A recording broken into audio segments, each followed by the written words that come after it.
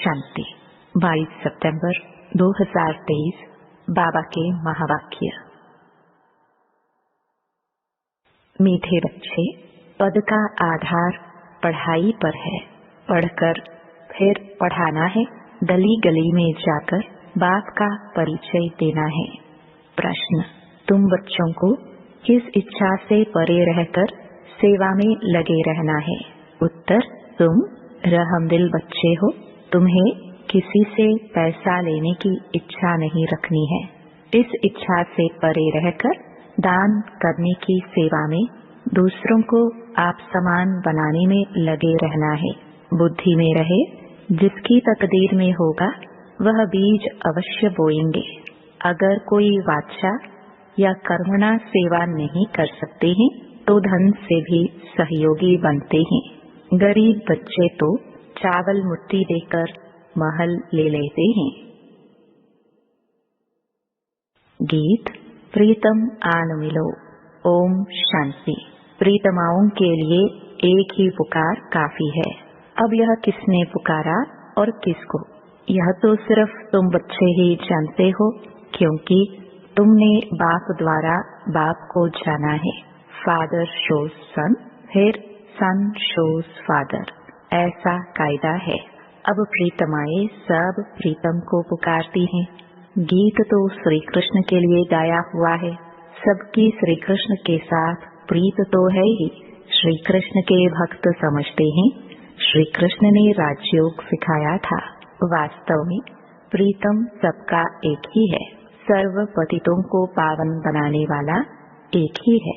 निराकार को ही याद करते हैं, परंतु परमपिता परमात्मा को फिर यथार्थ रीति जानते नहीं। निराकार का यथार्थ अर्थ क्या है सो जानते नहीं। बाप ने समझाया है, वास्तव में एक ही राम है। हे प्रभु, हे ईश्वर, ओ गॉड, एक को पुकारते हैं। कोई जिस्मानी मनुष्य व देवता को नहीं पुकारते। बुद्धि निराकार तरफ चली जाती है। गॉड फादर सभी का एक ही है। समझते भी हैं हम ब्रदर्स हैं, परंतु आत्माओं के रूप में हैं। यूं तो हर एक अपने अपने धर्म का है। अपने धर्म के भाई बहन भी लड़ते रहते हैं। जब सभी दुखी होते हैं तो बाप कहते हैं, मुझे याद करो, क्योंकि सर्व का पतित पावन मैं ही हूँ। प्रीतम तो सब प्रीतमाओं का एक ही है। सजनी साजन को याद करती है, प्रीतमाएं याद करती हैं, प्रीतम आन मिलो। आत्मा याद कर रही है, जिया बुलाए। बुलाने वाली तो आत्मा है ना, शरीर तो नहीं। जीव आत्मा से बात करती है। दुनिया में मनुष्य तो देह अभिमानी होने कारण अपने को शरीर समझते हैं। तुम बच्चों को यह पक्का पक्का समझना है कि जीव की आत्मा बुलाती है। आत्मा प्यार करती है। शरीर शरीर से प्यार नहीं करता। आत्मा शरीर धारण करती है। इस समय का प्यार भी अशुद्ध है। देवी देवताओं का प्यार तो बहुत शुद्ध होगा ना।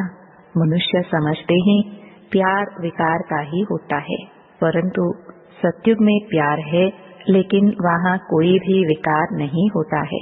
बाप तुम बच्चों को 21 जन्मों के लिए इन विकारों से बचाते हैं।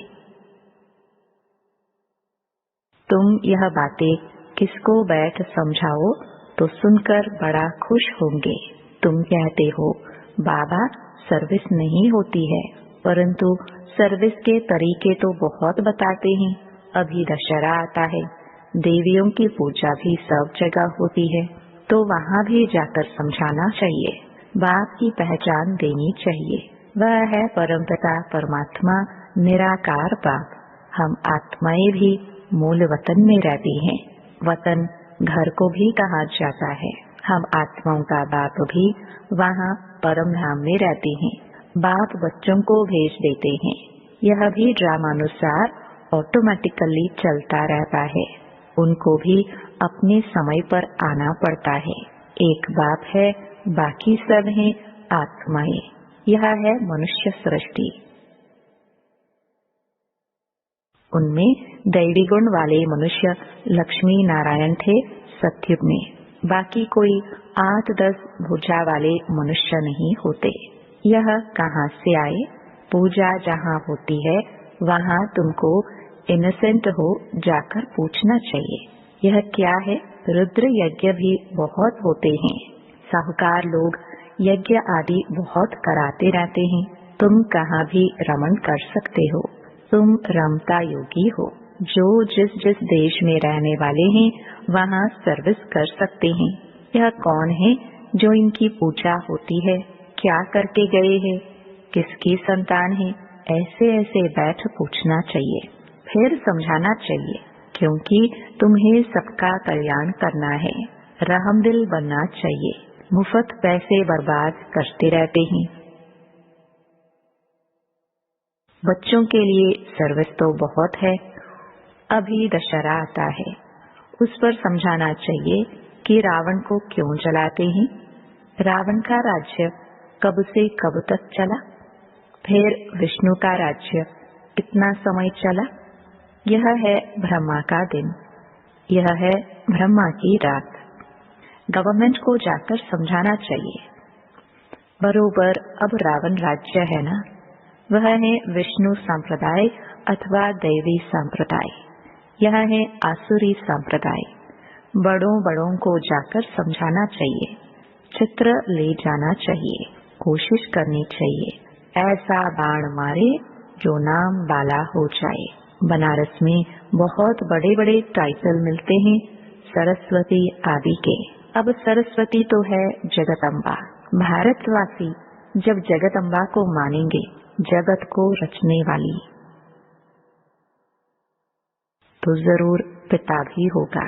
जगत पिता ब्रह्मा और जगदम्बा सरस्वती कहते हैं ना।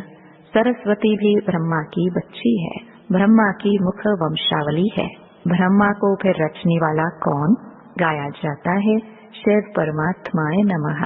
वह हो गए देवताए नमः। तो देवताओं का रचयिता वह शिव परमात्मा हो गया, उनसे वर्षा मिला होगा। तो तुम बच्चों को समझाने निकलना पड़े ना। जो जो अच्छे समझदार हैं उन्हें सर्विस करनी चाहिए। बाप तो गली गली में नहीं जाएंगे, यह बच्चों का काम है। सर्विस नहीं करते हैं तो समझेंगे सर्विसेबल नहीं है, तो पद भी ऐसा ही पाएंगे। भल बच्चे तो बने हैं, परंतु पढ़ाई पर सारा मदार है। जो जास्ती पढ़ेंगे वह ऊंच पद पाएंगे। पढ़े हुए के आगे अनपढ़े भरी ढोएंगे। पुरुषार्थ ऊंच पद पाने का करना चाहिए। यह शिव बाबा सम्मुख समझा रहे हैं। बाहर वाले बच्चे भी समझेंगे। शिव बाबा मधुबन में मुरली चलाते होंगे। मुरली नहीं आती है तो बच्चे हैरान हो जाते हैं, सोचते हैं शिव बाबा की मुरली क्यों नहीं आई? क्योंकि शिव बाबा की मुरली से ही हमारा जन्म हीरे जैसा बनना है। मुरली तो रोज सुनना चाहिए। 7 रोज की मुरली भी अगर किसके पास जाए, वह बैठ पढ़े तो कितनी खुशी मिल जाए। पढ़ना जरूर चाहिए। कोई भी लूला लंगड़ा गूंगा भी यह पढ़ सकते हैं। कैसे भी बुखार में, बीमारी में भी मुरली जरूर पढ़नी चाहिए। तुम सिर्फ बोलो। तुमको 2 बात हैं, तो जिसे वर्षा लेना होगा वह उसी समय इन 2 अक्षरों से भी समझ जाएंगे। यह नॉलेज ही ऐसी सहज है। बाप को याद करने से सारा चक्कर बुद्धि में आ जाता है।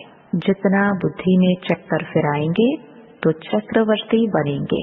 बाप कहते हैं जो मेरे भक्त हैं अथवा लक्ष्मी नारायण आदि को मानने वाले हैं, उन्हों को समझाओ।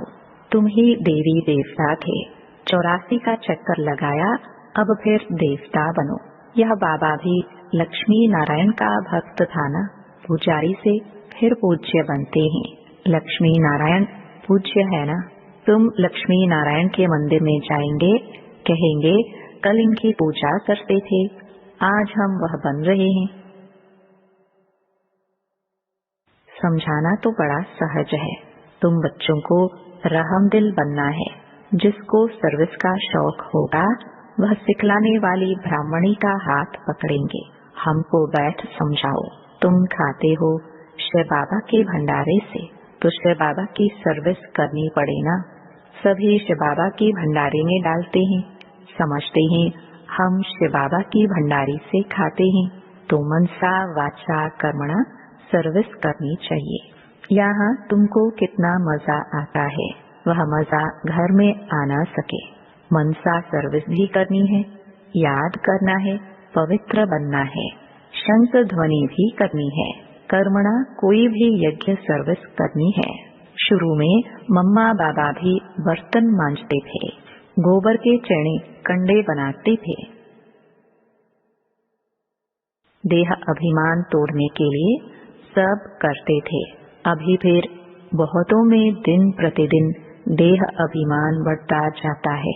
यज्ञ का खाते हैं तो सर्विस भी करनी चाहिए। बाप को याद करने से विकर्म विनाश होंगे। सर्वव्यापी कहने से विकर्म विनाश कैसे होंगे? सर्वव्यापी कहने से तो बुद्धि का योग लग नहीं सकता। तो यह सेवा सबकी करनी है, दान देना है। वह सेवा नहीं तो स्थूल सेवा करो, वह भी नहीं कर सकते हो तो धन की सेवा करो, तो वह भी सर्विस हो जाएगी। बीज बोया जाता है तो उनका फल निकलता है। यहाँ चावल चपटी देने से महल मिल जाते हैं। किसको भी कहना नहीं है कि बीज बोवो, तकदीर में नहीं होगा तो कभी बुद्धि में आएगा ही नहीं। साहूकार लोग होते हैं तो 5 लाख का भी इंश्योरेंस करते हैं, गरीब होगा तो 500 का इंश्योरेंस करेगा। यहाँ फिर गरीब सबसे जास्ती इंश्योर करते हैं। गरीब के चावल मुट्ठी भी साहूकार के धन से इक्वल हो जाते हैं। मम्मा ने देखो क्या इंश्योर किया, तन मन से देखो कितनी सेवा की। बहुत धन देने वालों को भी इतना पद नहीं मिल सकता जितना उनको मिलता है। तुम हो नर से नारायण बनने वाले। यह नॉलेज है ही स्वराज्य योग। हर एक की बुद्धि समझ सकती है। हम मम्मा बाबा को फॉलो करते हैं, पुरुषार्थ करना चाहिए ना। यह ज्ञान सागर तो गलियों में नहीं जाएगा, ना बाबा पब्लिक में भाषण कर सकते हैं। बाबा कहते हैं मैं तो बच्चों के सामने बैठ भाषण करूंगा। मैं सबका बाप हूँ, तुम माताएं कुमारियां हो, तुमको जाकर भाषण करना है। फिर भी तुम बीके हो। अभी जगदम्बा पर कितना बड़ा मेला लगता है, कुछ तो सर्विस करके गई है ना। तुम बतला सकते हो, वहाँ बहुत सर्विस कर सकते हो। सर्विसेबल बच्चे आपे ही सर्विस करते रहेंगे। जो आपे ही करे सो देवता। सुबह को जाओ, रात को लौट आओ। सर्विस करने की हिम्मत चाहिए। बहुत अच्छे अच्छे बच्चे हैं, परंतु कोई न कोई बंधन में है। रुद्र ज्ञान यज्ञ में अबलाओं पर अनेक प्रकार के विघ्न पड़ते हैं। प्रैक्टिकल में देख रहे हो तो बाप से यदि सर्विस लेना है तो सर्विस में तत्पर रहना है। श्रीमत पर चलो। हाँ, लौकिक माँ बाप आदि हैं तो उनकी सर्विस भी करनी है, साथ साथ यह सर्विस भी करना है। बॉम्बे में भी अम्बा के मंदिर में बहुत जाते हैं, वहाँ भी जाकर सर्विस कर सकते हो। हाँ, ऐसे जो सर्विस करेंगे उनको गवर्नमेंट भी शरीर निर्वाह अर्थ देने के लिए तैयार है। यदि कुछ भी समझने वाले नहीं है फिर भी मेहनत करो, कोई न कोई निकल आएगा। सर्जन बहुत चाहिए। तुम हो अंधों की लाठी। तुम बच्चों के लिए सर्विस तो ढेर है। तुमको कोई से पैसे आदि लेने की इच्छा नहीं है। तुमको तो रहमदिल बनना है। रहमदिल बाप के बच्चे भी रहमदिल, जो बहुतों को मार्ग बताएंगे वह पद भी ऊंच पाएंगे। सुनते तो बहुत है ना, यहाँ से गए तो फिर भूल जाता है। नंबरवार धारणा करते हैं, इसमें बड़ी अच्छी मेहनत करनी चाहिए। 21 जन्मों का राज्य भाग्य मिलता है, कम बात थोड़ी है। ऐसे गवर्नमेंट कहती है सोना हराम है। बाप भी कहते हैं नींद को जीतने वाले बनो। रात को भी कमाई करो। कोई शरीर छोड़ते हैं तो समझते हैं ड्रामा में उनका इतना ही पाठ था। अनन्य बच्चे जो होते हैं वह आते हैं। कोई तो बहुत आंसू बहाते हैं, पछताते हैं हमने सर्विस नहीं की, बाप का कहना नहीं माना। ऐसे ऐसे भिन्न भिन्न प्रकार के होते हैं। बाबा साक्षात्कार कराते हैं। तुमको कितना कहते थे सर्विस कर आप समान बनाओ, तुमने कुछ नहीं किया, फिर रोते हैं। धर्मराज के आगे भी रोते हैं, मार खाते हैं। इम्तिहान हो गया, रिजल्ट निकल गई, फिर रोने से कुछ फायदा होगा क्या? अभी प्रीतम आया हुआ है, प्रीतमाओं को ले जाने। कहते हैं आओ तो हम तुमको विश्व की महारानी बनाए। जो पुरुषार्थ करेंगे वह बनेंगे। स्टार्स में भी नंबरवार होते हैं। कोई तो बहुत चमकते हैं, तुम पुरुषार्थ कर रहे हो, ऊपर से तुम्हारे पिछाड़ी के रिजल्ट का यादगार है। अभी तो ग्रहण लगता है ना, चलते चलते ग्रहचारी बैठ जाती है तो तूफान से निकल नहीं सकते। ग्रहण लगा, यह गिरा। ग्रहण बहुतों को लगता है। ग्रहचारी माता पिता को भी भुला देती है। परिपूर्ण तो कोई बने नहीं है। माया भी रुस्तुम से रुस्तुम हो लड़ेगी। अच्छा, मीठे मीठे सिखिलते बच्चों प्रति माता पिता बाप दादा का याद प्यार और गुड मॉर्निंग। रूहानी बाप के रूहानी बच्चों को नमस्ते। धारणा के लिए मुख्य सार। पहला, रमता योगी बन सेवा करनी है। मनसा वाचा कर्मणा, किसी भी प्रकार की सेवा में बिजी जरूर रहना है। दूसरा, रात को जागकर कमाई करनी है। नींद को जीतने वाला बनना है। मुरली किसी भी परिस्थिति में जरूर पढ़नी है। वरदान, अल्पकाल के संस्कारों को अनादि संस्कारों से परिवर्तन करने वाले वरदानी महादानी भव। अल्पकाल के संस्कार जो ना चाहते हुए भी बोल और कर्म कराते रहते हैं, इसलिए कहते हो मेरा भाव नहीं था, मेरा लक्ष्य नहीं था, लेकिन हो गया। कई कहते हैं हमने क्रोध नहीं किया, लेकिन मेरे बोलने के संस्कार ही ऐसे हैं, तो यह अल्पकाल के संस्कार भी मजबूर बना देते हैं। अब इन संस्कारों को अनादि संस्कारों से परिवर्तन करो। आत्मा के अनादि ओरिजिनल संस्कार हैं सदा संपन्न, सदा वरदानी और महादानी। स्लोगन, परिस्थिति रूपी पहाड़ को उड़ती कला के पुरुषार्थ द्वारा पार कर लेना ही उड़ता योगी बनना है। ओम शांति।